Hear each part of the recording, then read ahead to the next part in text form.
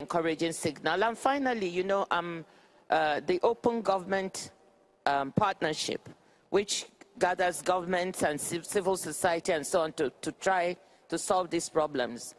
Truth in Advertising, I'm one of the ambassadors. And I want to say they've just made an agreement to partner with the B team to try and work with business in helping to solve these problems and not becoming part of it, but being the solution. And I think it's a fantastic approach. Business people, we are working with them to have Congress pass the corporate liability legislation in Argentina. 1 year ago, no one talked about corporate liability in corruption cases. Now everybody's talking about that, and Congress is going to pass the law in the next weeks. We had help from the OECD and from other countries, even the US, with a visit of high-level officials. So work with others. Interagency cooperation is very important. No one person or agency is going to solve this problem, because every agency needs to have their own risk assessment of corruption. They need to have their own solutions for corruption, and, for example, and show results. Our transportation ministry can show that he has saved, with integrity and transparency policies in procurement, almost $1.8 billion in less than 2 years. Those are savings from corruption and inefficiency that are going to be reinvested in transportation infrastructure. Those are results, and those results are not only savings, are more infrastructure for the people. So it's good business. Transparency in government is good business for the government, for the people, for the business sector. It's about incentives and changing the incentives, opening, you know, what you said about procedures, about electronic systems.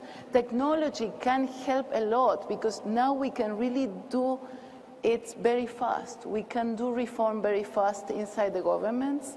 And it also takes time, a long time to change things, but it's very easy to destroy things. So, you know, we need to secure political processes and social processes that invest in transformation. Our president, when he appointed me, he asked me to invest in prevention of corruption, in administrative reforms, in bring other people onto the table. It's not your office. You are not the only you need to build an ecosystem for transparency, for reform. You are going probably to be the face of the anti-corruption efforts, but you are not going to be the only one responsible for the change. You need to bring other people. You need to build a team of people to produce reform, or to start producing the reform. And I think that's the message that we also need to tell everyone. And you know, about SDGs, Sustainable Development Goals, this is key for the agenda, because if we want to fight poverty, we need to fight corruption effectively. And this is not a national agenda, this is global. And solutions, you know, they can be customized, national, tailor-made, but there are a lot of recipes that we can share. And we can show results in Brazil. You know, Brazil, it's a fantastic case. I know that Brazilians are suffering a lot many times because they are taken as the bad example for things.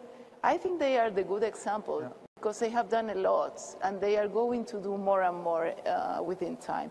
And be holistic, you know, this is, it's what we said, it's not one thing. It's not civil society, it's not only investigative journalists. You need to have everyone on board. Be holistic. You need a lot of these people and sectors and actors moving in the right direction. So probably you may not have all the business sector, but if you have one part, bring them on board. And that leads you to a real dilemma that we face. Do you have a mission to trust, or do you have a duty to suspect? And where do you draw the line between the two? Mm-hmm. It's every day's challenge for our teams sometimes. And I'm very lucky that our staff is always erring on the side of caution, listening to all and trying to find the right compass and having access to the documents and seeing for themselves. And they do that, and sometimes at their peril, as you know well. On your point as to what we can do, I think the bank and other development institutions mentioned by Ngozi are better placed to actually, arrive at the unit right price depending on the project. We are not equipped to do that. But what we are equipped to do, and which we have put together and which we are now beginning to use, is a tool that actually assess the management of a public work, typically large infrastructure project, to identify for the government how they can optimize the use of public finance.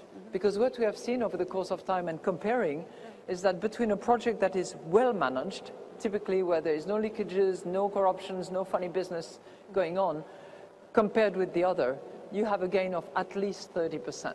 That's probably where your $1.2 billion is found. 1.8. 1.8, even better.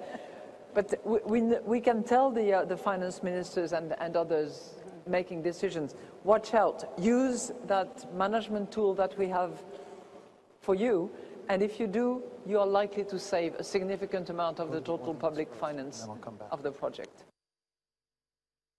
As a panel of the International Monetary Fund wrapping up the 2017 World Bank, IMF annual meetings in Washington on fighting corruption. I guess if you listen all through that, you hear a few things that resonates, not just globally, but also at home here in Nigeria. When we come back, of course, we're going back to trading the news, Okonjo, Fidelity, and Advanced Medical. If you hold any of these stocks and you hear all the news around them, what decisions would you, should you be taking? Let's talk about that when we come back after the break.